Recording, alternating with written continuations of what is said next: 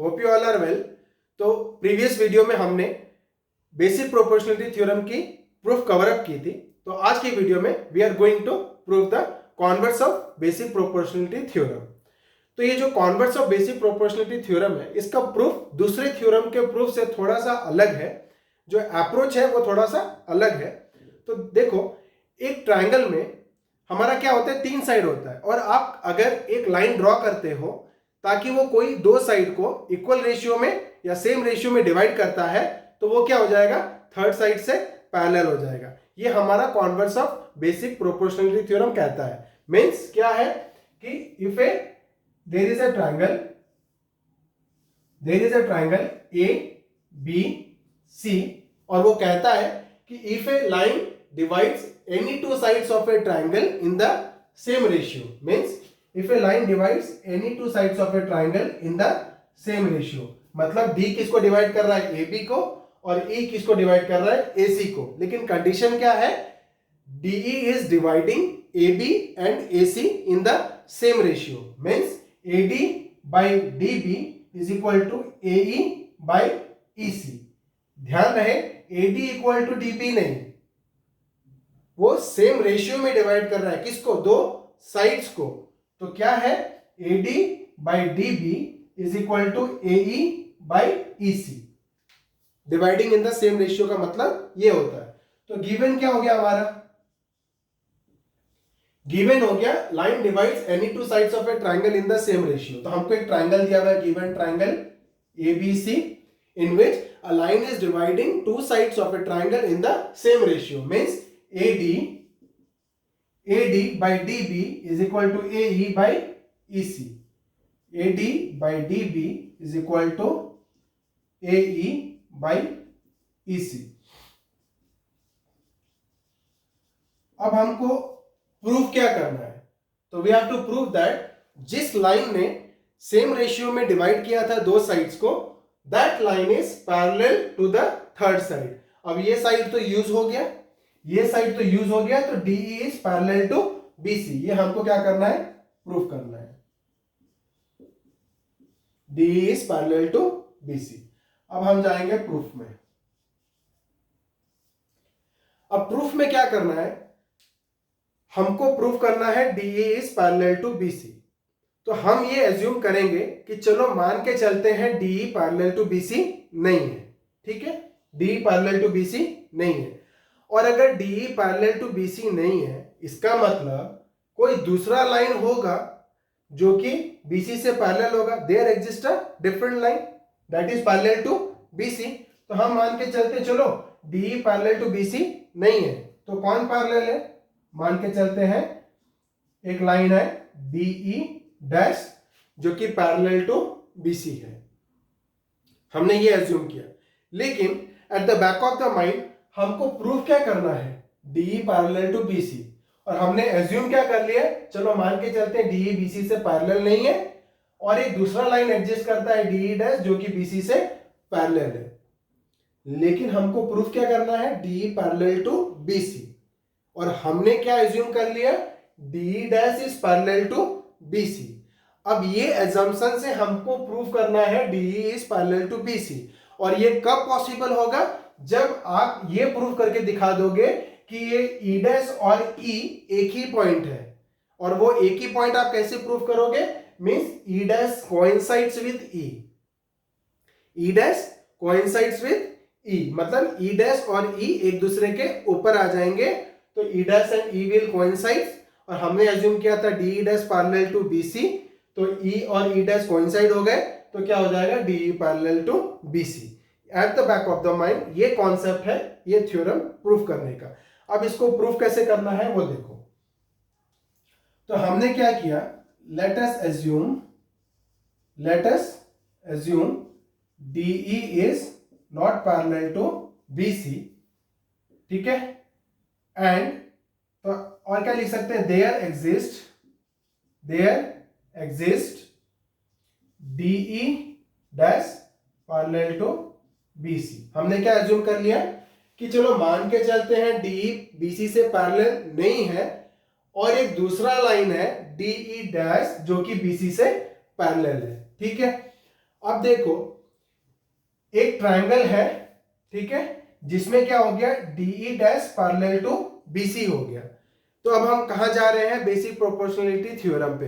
Basic proportionality theorem क्या बोलता है कि एक ट्रायंगल में अगर आपका एक लाइन किसी भी एक साइड से पैरेलल है तो वो बाकी के दो साइड को इक्वल रेशियो या सेम रेशियो में डिवाइड करेगा। तो यहां पे हम वो थ्योरम यूज कर रहे हैं कि DE dash parallel to BC है, इसका मतलब AD by DB is equal to AE dash by E dash C होगा। किससे, बेसिक प्रोपोर्शनलिटी थ्योरम से।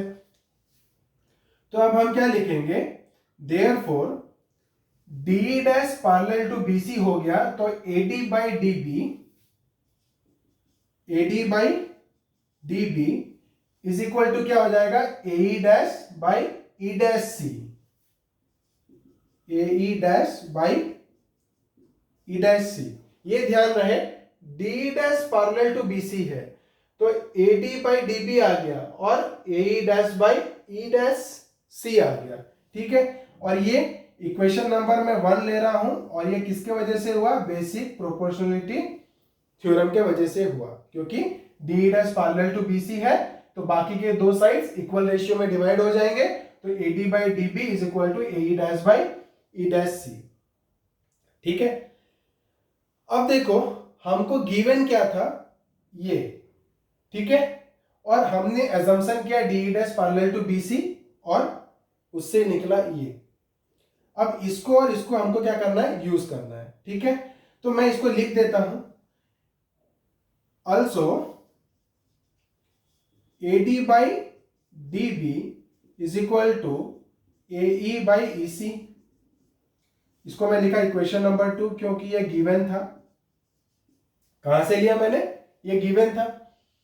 अब हमको देखना है, देखो हमारा बैक ऑफ द माइंड में कॉन्सेप्ट क्या था कि E डैश और E एक दूसरे के साथ कोइंसाइड होने चाहिए, और E डैश और E को अगर आपको कोइंसाइड दिखाना है तो किस तरीके से दिखाओगे, आप दिखा सकते हो कि AE dash equal to AE, AE dash equal to AE, या आप दिखा सकते हो E dash C is equal to EC।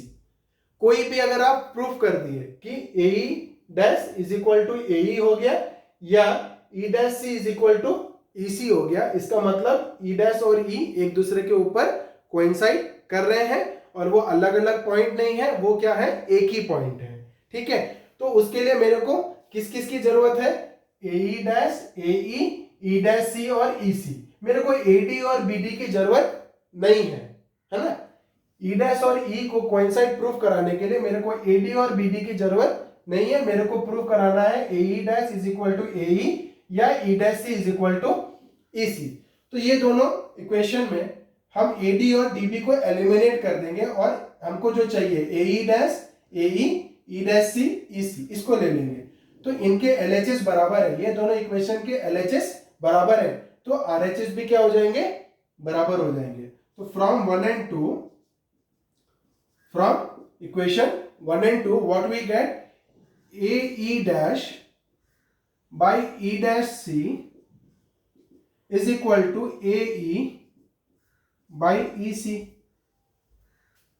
ठीक है। अब देखो मेरे को प्रूफ करना था AE dash is equal to AE, तो E डैश और E क्या हो जाएंगे, कोइंसाइड हो जाएंगे, या मेरे को प्रूफ करना था E dash C is equal to EC, तो क्या हो जाते, E डैश और E कोइंसाइड हो जाते, तो इधर है। तो हमको क्या करना पड़ेगा, या तो न्यूमरेटर को एलिमिनेट करना पड़ेगा या तो डिनोमिनेटर को एलिमिनेट करना पड़ेगा, किसी एक को रखना पड़ेगा, है ना। तो एलिमिनेट करने का सबसे बड़ा अच्छा ऑप्शन रेशियो और प्रोपोर्शंस में क्या होता है, आप या तो +1 कर दीजिए या तो आप -1 कर दीजिए। अब मेरे को देखना है +1 में जाना है कि -1 में जाना है। मैं यहाँ पे दोनों साइड इक्वेशन में +1 करूंगा, क्यों, क्योंकि अगर मैं इधर +1 करता हूं तो AE डैश और E डैश C ऐड हो जाएंगे, AE डैश और E डैश C ऐड हो जाएंगे तो मेरा क्या आ जाएगा, AC, और AE और EC में अगर मैं +1 करता हूं तो AE प्लस EC भी क्या हो जाएगा, AC, ठीक है, क्योंकि ये क्या है, AC के पार्ट है, AC के पार्ट है। तो मैं क्या कर रहा हूं, adding 1 both sides, adding 1 both sides. तो अगर हम लोग 1 को बोथ साइड्स में ऐड कर देंगे तो क्या होगा, देखो, if we add 1 to both sides तो क्या हो जाएगा, A dash by E dash C plus 1 is equal to A E by E C plus 1। अब आप क्या करो, एलसीएम ले लो। इसकी एलसीएम कितनी होगी, ई डैश सी, और ये कितना हो जाएगा, A E dash plus E dash C, A E dash plus E dash C is equal to ये कितना हो जाएगा, A E plus E C divided by E C. अब A E dash plus E dash C, A E dash plus E dash C क्या बन गया हमारा, ए सी।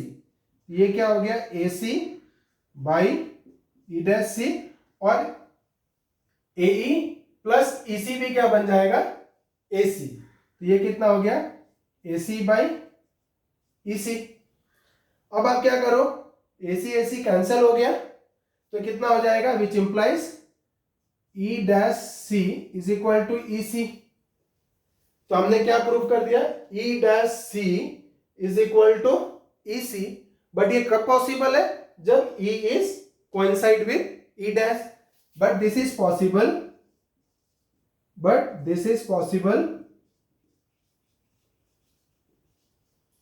if E dash and E coincides। तो if E dash coincides E, और अगर E dash और E coincide हो गए तो इसका मतलब क्या हो गया, DE is parallel to BC, which implies